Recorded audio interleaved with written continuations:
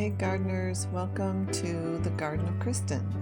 In this video you will get to see all my gardens from front to back, including my herb gardens, my cut flower farm, my cottage garden, how I plant around patios, how I grow berries, how I collect rainwater, how I transform my swing set, what I plant in my shade garden, and the new pond I started, and all the mistakes that I made along the way. So grab a cup of tea or coffee and come along with me for a full garden tour. So let's start at the front entrance.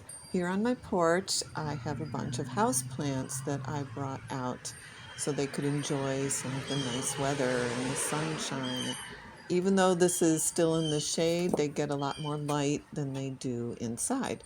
So I've got a monstera here, which is putting out a bunch of new growth, a fig plant, a cordyline, a lemon lime dracaena, I think that is. And then underneath there are some Sabrina plants.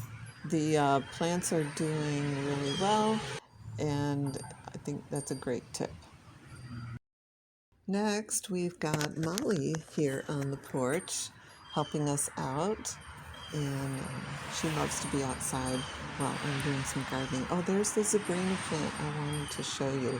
It's just sprawling all over the porch and doing really well. It loves it out here. So on the left side, we've got a pot with some variegated ivy, some blue salvia, some zinnias, and then on the right, we've got some itsy bitsy ivy with a spike plant and this beautiful canna plant. I did put some dahlias in there, but they haven't really been blooming very well. Next, we have the front patio area. And my piano students like to sit out here. And I've got lots of different plants around the foundation. And I've got these pots that I've planted. This one has some hosta and some creeping jenny in it. I like to put some plants in that will come back year after year. Back here we've got some euonymus, some of that silver leaf brunera. There's what do you call that, hellebores. I've got some boxwood, some azaleas, some astilbe, a rhododendron, which needs help because it wasn't blooming very much. Some more astilbe, hosta. This is a lemon lace elderberry, which I love. There's a limelight hydrangea next to that. And this is a bigger hosta I brought from the back because the deer were eating it back there. Some more of the same things over here. And then I've got my vegetable garden in the back, which I'll get to shortly, and some more pots over here with some cannas, some lantana, some Mexican heather, and there's that Mexican feather grass that I love.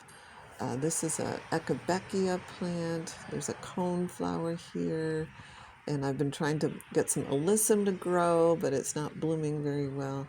And that's some bee balm and some penstemon that I already cut. And it looks like I need to do some weeding in the cracks. Next we have the Culinary herb garden. Now this used to be just a vegetable garden last year, but it had a few herbs in it. But now this year I've just gotten into herbs a lot more, so I wanted to put more culinary herbs over here so that I can just come out of my kitchen and go to one spot to find them all. And there's just a few vegetables in the back. So I've got parsley, several different kinds of basil in here. There's some dill in here. Some parsley that came back from last year, which is now blooming, which I've been using in my bouquets. Some oregano.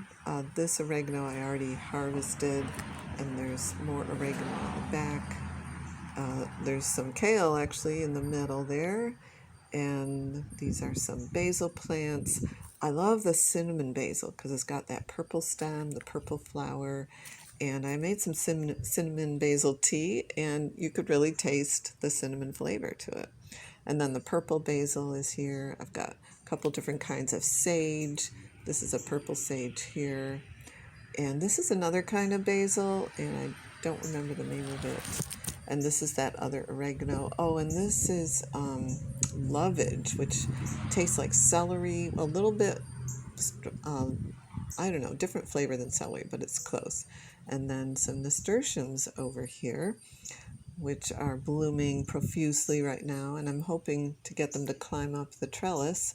And then a cherry tomato in the back, which is where I had them growing last year. And oh, I have some peas here on the side, which I need to finish harvesting because they're pretty much done. And that is my culinary herb garden. Oh, one more thing. There's a horseradish plant here that a friend gave to me that I've got in a pot. So I'm gonna dig that root up one of these days and make some horseradish. Now we're gonna head down to the end of my driveway where I've got a little garden over here. And I really like the border that I put around it this year. It's just feeling so much nicer. I try to get something blooming and something that's also drought tolerant here. So we've got some, what is it called? Loosestrife, which was this bright yellow flower earlier. The red hot poker plant I just transplanted here. I'm hoping will bloom next year. There's some different kinds of creeping sedum here. Some sweet alyssum I planted. There's that, oh, what do you call those? Prickly pears. And there's that blanket flower. The prickly pear I just planted, so we'll see if those take. Black-eyed Susans are going to be coming soon. That sedum was just blooming. There's some irises and some daylilies, which are just about done. That's an autumn joy, which will turn pink pretty soon. That'll be lovely. And this is a poppy that was purple that I was excited that actually grew this year, hoping more of those. And then these milkweed in the back, I just like to leave those up for the butterflies. So that is my driveway garden. Now let's go look at the garden under my tree. This tree is right in the middle of my front yard. So I've got this half barrel planter with New Guinean patience in it, and the diamond frost euphorbia and some creeping sedum. And then I got this cute chair with the petunias in it at a garage sale, and it was already planted. So it was only $10. I couldn't resist. Underneath that is blue-eyed grass, which is really cute. There's some hens and chicks, some yellow geums, which I hope will bloom again, different kinds of hosta, and that pink stone crop. I just love how that looks. There's some blanket flower here, some more hens and chicks, which are about to bloom, I think. Some more sedum over here with some hosta that the deer ate the flowers off of, unfortunately. And some autumn sedum in there as well. Some more of that pink stone crop that I'm trying to get it to grow on this side as well. And some more hostas. I got several kinds of hostas around here, and sedums and a fern. And there's that bright green plant is also a hosta there. Although the snails seem to really love that one. I'm not sure why. All right, and that is my under the tree garden. Next we have my circle garden, which is my perennial garden. And I need to apologize for the way the border looks. The wood border was falling over, and so I got these stones to go around, but I need to go get some more. So anyway, we've got some ornamental basil in the front. We've got some pink bee balm, which is kind of a dwarf size. There's some speedwell, which is done blooming. Some of that dark red autumn sedum. I've got some zinnias in here, which are not perennials, but I just wanted them in here so we have guarantee of color. And these beautiful cone flowers, I just love the color of those. In the back we had some beard tongue, which is pretty much done blooming now. In the middle of the garden is a pinky winky hydrangea, which is starting to bud up. And then we've got more of those zinnias. The purple flower there is Roman candles, which is shorter than I really can use for cut flowers. And then this really tall bee balm, and I love the dark red color of it that my friend gave to me. Oh, look at that one, just gorgeous. And that one is starting to bud up. And then in front of that, we've got some agastache, I think that's how you say it. I've got a red version and a peach version, and those purple balloons. I think they're balloon flowers or campanula, I'm not sure. Or how do you say it, campanula? Oh, this is my experiment on trapping earwigs. If you want to know about that, leave me a comment. Coreopsis, I've got two different colors, the bicolor white and red. And oh, there's some verbena. I just transplanted that. I'm hoping that will grow more. And this red coreopsis I just love. And I planted it last year and it was quite short. And then this year it just felt free to get tall, and which is great for cut flower arrangements. So that is my circle garden. Next we have the rock garden. So this also continues to evolve throughout the seasons. In the spring it had the creeping phlox was all purple and pink, and now we've got the yellow golden carpet, I think it's called, the sedum. And then we've got some red blanket flower here. That sage color leaf is, I think it's a pot of gold alyssum, which I'm hoping will bloom yellow in the spring. And we also had some pincushion flowers blooming before that were purple. We had some dianthus that were pink and red. Oh, we've got this cute little fairy tea party going on in the middle rock. And what else do we have in here? Oh, this other sedum with the yellow flowers, which has been fun to have. We've got a miniature butterfly bush here, and then a Japanese maple growing in the background. Okay, on to Shrub Row. And I called it Shrub Row because it started out just as a row of shrubs, and then I expanded it into a garden bed. And I put in some mums around it first, and then I added some tulips, which bloomed in the spring, and then I added some candy tuft to go with the tulips. There's also some peppermint in here to keep the deer away. Oh, this is a viburnum bush, which got attacked by some viburnum beetles, I think it was, so I had to deal with that. There's a forsythia here. There's some lilacs. The taller lilac was the first one here, and that I had some nice blooms on it this year. And then there's a baby lilac here on the end. And I'm hoping to replace those bricks around the border because I really don't like the holes in it. Now we come to my herb tea garden. And this used to have all my herbs, but now I try to grow mostly medicinal type of herbs in it to make teas with. Although I have a few culinaries in here, like this garlic chive, which I should move over to the other one, except that one's already full. Then I've got some lavender. I've got some marjoram. That's a dogwood tree, not technically an herb, but it looks pretty. And a little hedgehog, and some lemon balm, and some oregano. There's some yarrow here. I love this pink yarrow, and I love how the stems are so tall.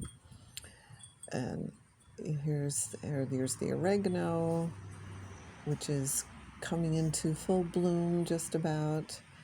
There's some chives next to that, and there's some more yarrow, some lemon verbena, and behind, there's some, what do you call that? Catmint, yep, in front of the log, and there's our little cat sculpture. And behind that, those are walking onions, which are really fun to have. Oh, underneath that was a new herb. I can't remember what that one was. I picked that up in Ohio. There's a taller lavender in the back, and some lemongrass, which I love. And then there's some coneflower next to that. This is a rue plant, which I don't really use, but I just really like the leaves on it, the color and the shape. And these are a couple new plants I picked up on vacation, some St. John's wort, some marshmallow, and wormwood.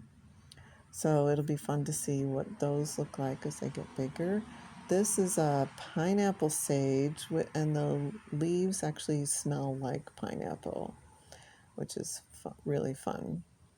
And then we have some variegated oregano and some parsley growing here too, which has also gone to flower.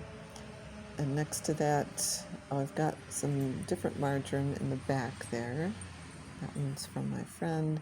And this is a curry plant, which actually came back, which I heard it doesn't always come back, but I just love the smell of that, and it helps repel deer. And this is a white catmint plant, or nepeta, I guess they call it. And this is English thyme, probably my favorite herb. And this is a new mint plant, a pineapple mint that I got, and not as pineapple-y as the sage, but it's still good. And this is chamomile, which I put a hoop around to try to keep it vertical because it was sprawling over the path. This is oregano, ornamental oregano. And then we've got some lemon thyme here, which is really good in tea, and some alyssum. And that is my herb garden, my herb tea garden. These are the plants that are around the foundation, well, the left side by the kitchen. And we've got some hostas here. There's a, what do you call that, false sunflower that is just starting to bloom. I love this one, and I love the color of the leaves and the stems too. And then this silver heart primera, I think it's called, and this bright yellow hosta, which is fun. I've got some mums coming back, some irises that bloomed earlier, another euonymus plant. This is a butterfly bush that I just transplanted here. I'm hoping it'll do okay. Another hosta, big hosta that I brought from the back. That'll get much bigger probably next year. These are the mums. And that is a, what do you call it? It's a hardy bachelor's button. And there's a boxwood in the back there, and another limelight hydrangea. Then I've got some sweet William, which I really need to move because it gets shaded too much by the hydrangea now, because the hydrangea has gotten quite a bit bigger than it was last year. But that should start to bud up pretty soon. More sweet William here. Another hosta. Another boxwood, more mums. So I'm going to have lots of mums in the fall. And this is a Texas sage bush that I'm seeing how it goes. I picked it up on clearance. We'll see if it survives. And this is a baptisia, or false indigo, which I'm hoping will do better. It didn't bloom this year, but it's still fairly young. And that's the foundation garden. Okay, I just wanted to show you the berry bed that I started, which is on the right side of this path here. And I'll show you the flower farm in a minute. So I've got some strawberries here that I transplanted from my other patch, and a couple of blueberry bushes. I want to show you my dahlia bed, which I have next to the side of the house here. And I put a fence behind it to be able to tie up the dahlias as they get taller. So I think there's about 18 different dahlias in here, and I wintered them over inside. I had to dig up the bulbs, and then I brought them back out. I didn't label them last year, and I think I need to do a better job with that this year, because some of them I'm not sure I want to grow again. Some of them are short, some of them are tall. So I need to be able to identify them better. And some of these tall ones are really droopy, and so they don't really work well as cut flowers if the heads are drooping down like that. So I'm still learning how to grow dahlias and which ones are best. Oh, and those pots are, again, my earwig traps. This is just a cute little strawberry pot. It looks like clay, but it's actually just plastic that I planted up. So this is my strawberry bed, and there's some garlic growing in here too, which I need to dig up because it's ready to be harvested. But I feel like I've been feeding the birds and with this instead of myself. So I need to put some netting around it so I'll actually get some.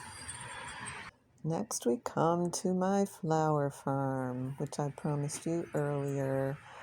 So I've really been interested in growing cut flowers and I'm starting to sell them on a roadside stand. So I put in these beds here because this is really the sunniest side of my house is between me and my neighbor.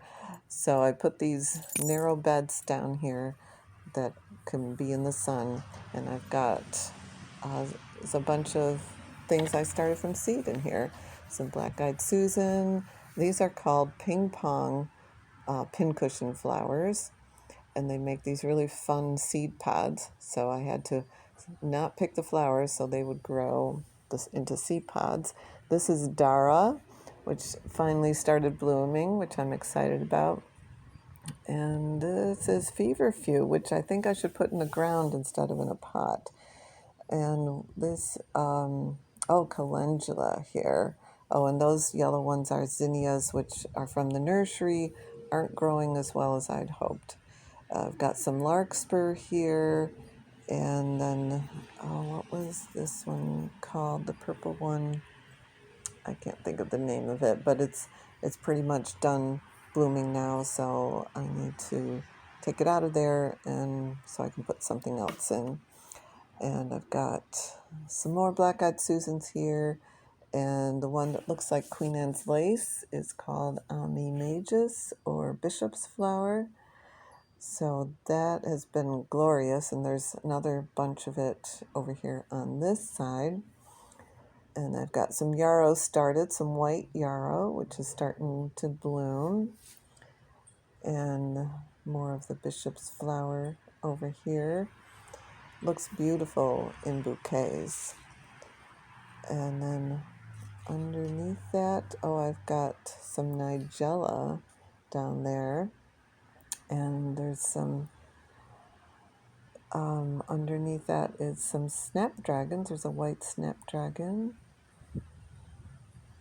And let's see what else here. Oh, Orlea. I love this white Orlea or lace flower.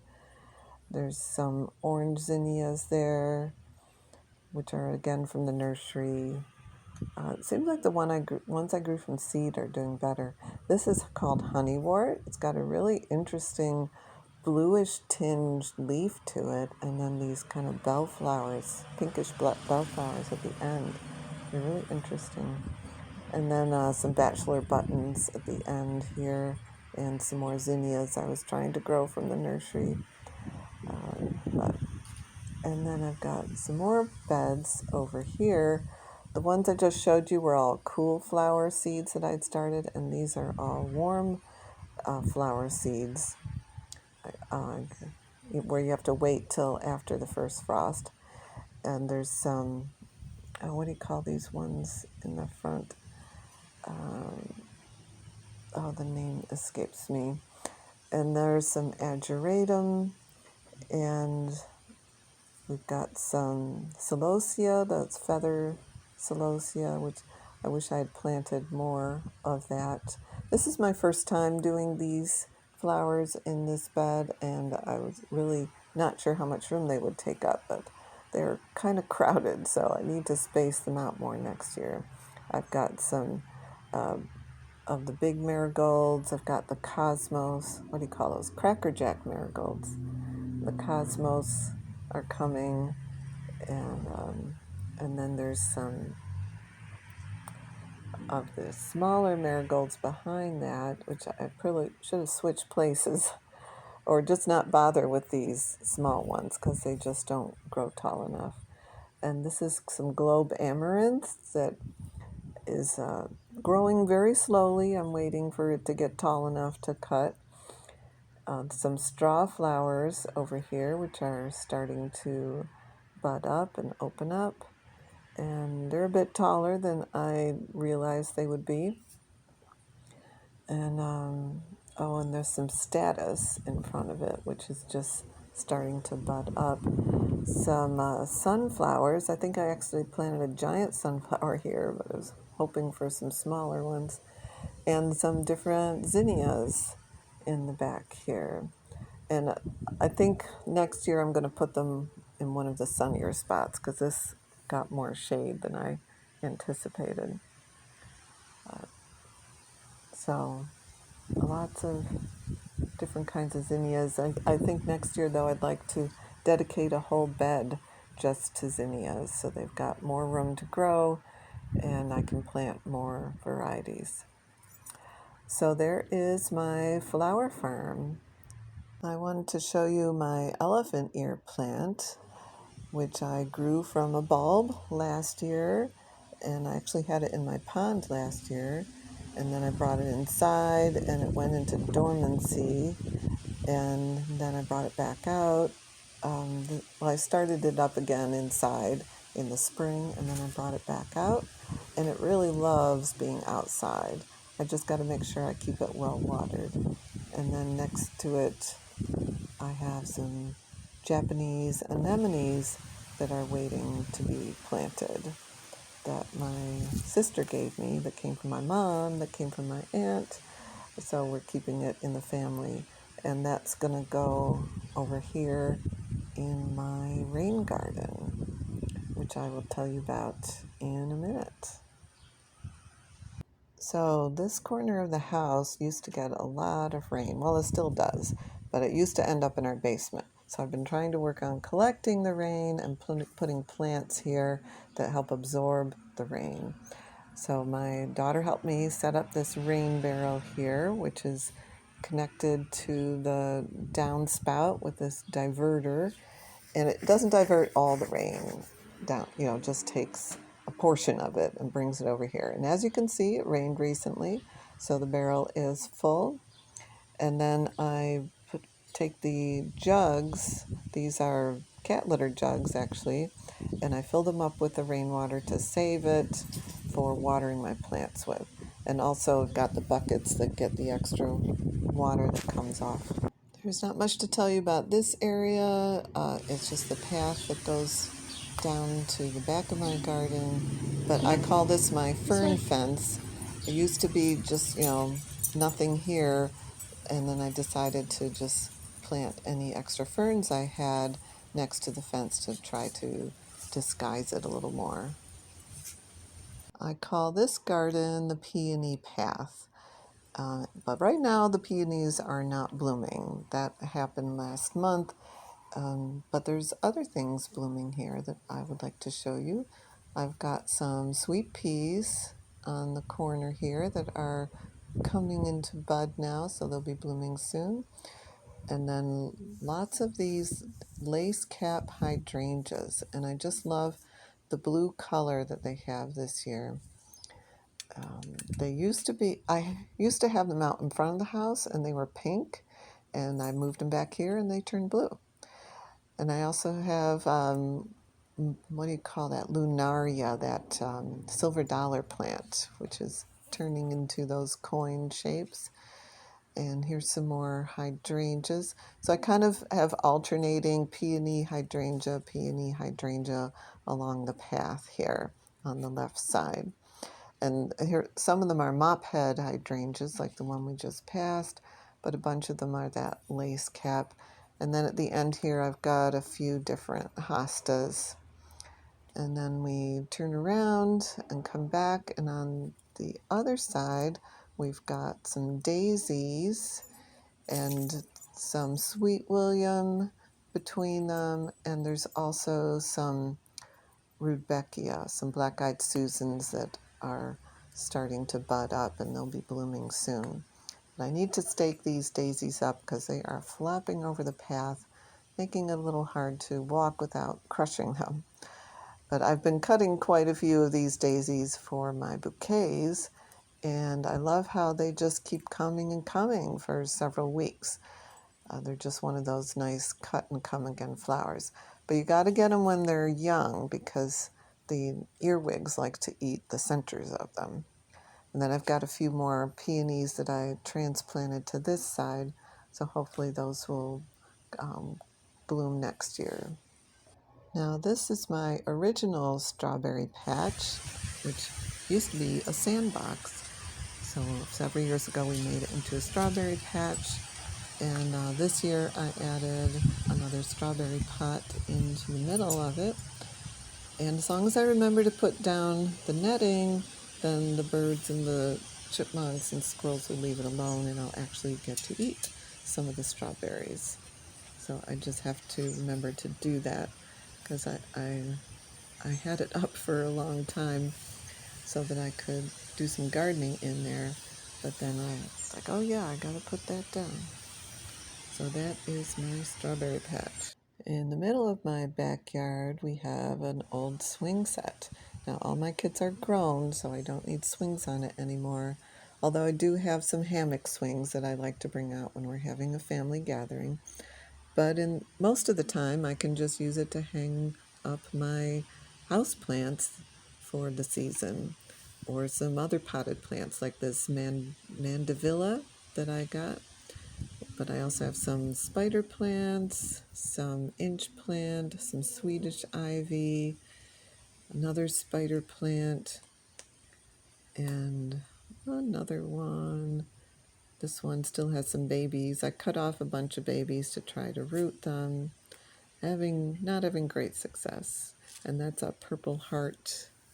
There's another elephant plant there, a small version. Oh, there's those spider plant babies I was trying to root. As you can see, they're not doing great. And then I've got a fern that my mom gave me that I put in here, and an aluminum plant that was inside that I brought out, and then another potted plant there. So I just think it's a neat way of dressing up the swing set. I call this area my courtyard garden because it's got, surrounded by fence and then that archway there. And we put mulch down in this area. And at the entrance, when you walk in the gate, you see these house plants. And I put them here to kind of disguise, the wires and the box on the wall and this window well thing. And then I've got my cold frame here, which I was using earlier to help with the seed starting. A couple potted plants. It's a little hard to get them to do well here though, because those bricks get really hot in the afternoon. So I think I might get some succulents to put there. So I've got my little patio set here, and then I need to kind of clean this up. I want to put some more hostas on that left side there. But I really like this section here where I've got some hostas, some astilbe. I've got this pedestal here with the fan flower, I think it's called, purple fan flower on top. Some more hosta. I love that variegated hosta there. It's so pretty. And this archway, which was, what do you call it, pergola, I think, which came from one of my daughter's weddings. So that's fun to have. And I've got this variegated ivy starting to grow up on it. Another astilbe here. And there was another post on this side, so I put another fan flower on top of that. I just screwed in that pot to the post, and then just put the fan flower pot inside there so it stays sturdy. And the pole there, the metal pole, is because there used to be a chain link fence going across here, which I took down and moved. And then here's where I keep my hose over here. And this side is kind of my dog side. She kind of sits on the plants over here, so I don't put anything too valuable over here. I've got some peppermint, some woodruff. There's violets growing over here. But that's my courtyard. Then over here behind the garage we have the back patio. And this is where I like to do entertaining. And I put up some patio lights. I got this cute outdoor rug to put out here, which I think really ties this area together. I got some cute pillows at Walmart. They were just $5 each. Such a deal. And then I've got a bunch of potted plants. And a lot of these plants I saved over from last year, like the different coleuses. I just saved some cuttings. And then, that's what do you call that? Queen of the Night cactus. Some cuttings that someone gave me. So I'm trying to grow those. I've got some begonias in here, some ivy, some ferns, spike plants, some hosta. Oh, and there's the patio plants. I put the shepherd's hook to hold them right inside that big pot, and that seems to be working really well. I've got Boston fern. This is a monstera I propagated inside and bringing outdoors to get some fresh air for the summer. This is another coleus I propagated, and that's what do you call those? Torch. That lights up, solar torch that my daughter gave me that looks really cool at night. And I'm trying to put more hostas and ferns and, creeping jennies, some more perennials in the pots so that they'll come back every year. This is a citronella plant, which is really nice to have back here. And that's what do you call that in the middle there? Caladium. I had 3 of them last year and I was trying to winter them over. This is the only one that came back. So I'm hoping to find some more because I really think they're beautiful. And these are, in the white leaf there on the right, that is lamium or dead nettle. Has a really pretty pink flower. And that's supposed to be able to come back every year, even if it's in a pot. So we're trying that out. Then I've got this variegated Swedish ivy here with a polka dot plant and a fern. The Swedish ivy I'll probably dig up and bring inside because that will not winter over. This palm I almost killed, but it is coming back. And the same thing with this tea plant. That's coming back even though it looked dead inside. What I love this coleus, that bright green electric lime, I think it's called. And then these pots here, I just dug up some ferns and popped them in there and some myrtle just to have some foliage on this side. I call this garden my dry shade garden because it has such a thick canopy of leaves over it that it hardly gets any sun, and even when it rains, the rain hardly gets through. So I have to put plants in here that don't mind the dry soil. I try to water it as often as I think of it, but these heucheras seem to do really well here. I've tried some other stuff before, but so far the heucheras are doing good. And I think that's a caladium, different kind of caladium there I just picked up this year. Actually, it didn't have a tag on it in the nursery, so I'm not sure what it is. I have to find out. And there's some, the Japanese painted ferns I've got in here. They seem to be doing okay. There's some wild ginger here and some rumora, some violets, and this green plant, I forget. And on the right side, I have a bunch of that vinca. This is my compost area, and I kind of have 3 piles going. The one on the right is from last year, and I just put like all my garden debris in there and some leaves, and that's just sitting, working, it's doing its stuff. And then this one in the middle was mostly just leaves, and I just recently put some grass on it too, grass clippings. And this one on the left, it's my new dump pile where I put in, my scraps from this year. So that's it. We are almost done here. We are now at the way back garden, and this is where I have installed a little pond. I've been wanting to do one again. Last year I just did it in a wading pool, but I had it under the tree in the courtyard area. This year I decided to put it in the way back garden because there was nothing else here. It needed a focal point. So I just put the pool here, I put some gravel in it, and then I brought out some house plants and just plopped them in the water. And then around the edges, I've planted some coleus, some, sweet potato vine, and then on this side, a couple other kinds of coleus. And then I have some other plants in this area. I'm trying to do the Japanese anemones in here, some dead nettle that I transplanted from my daughter's garden.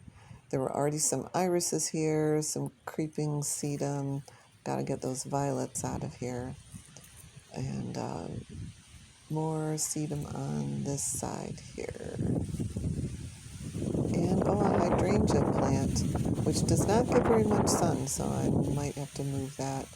There's a Rose of Sharon wild tree growing here too, and some other trees, pretty shady. Now here's a couple mistakes I made, and that was with these bushes here. I decided to move this spirea plant, and it's really suffering now. And maybe if I cut it way down, it would recover, but I'm not sure it's going to make it. And this is a dappled willow that I just planted this year. I'm not sure if it's going to make it yet. We'll see. The final part of my tour is what I call this Driftwood Border. And I just added this in, I think it was last year.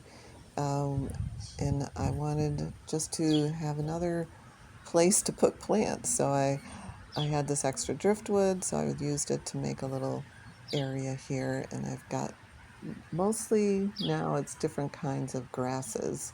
Got this what's Fetsnoo grass? I forget the name of it. And this red plume grass, purple plume grass. I also have some yarrow back here and some of this dusty miller. That's a globe thistle that a friend of mine gave me.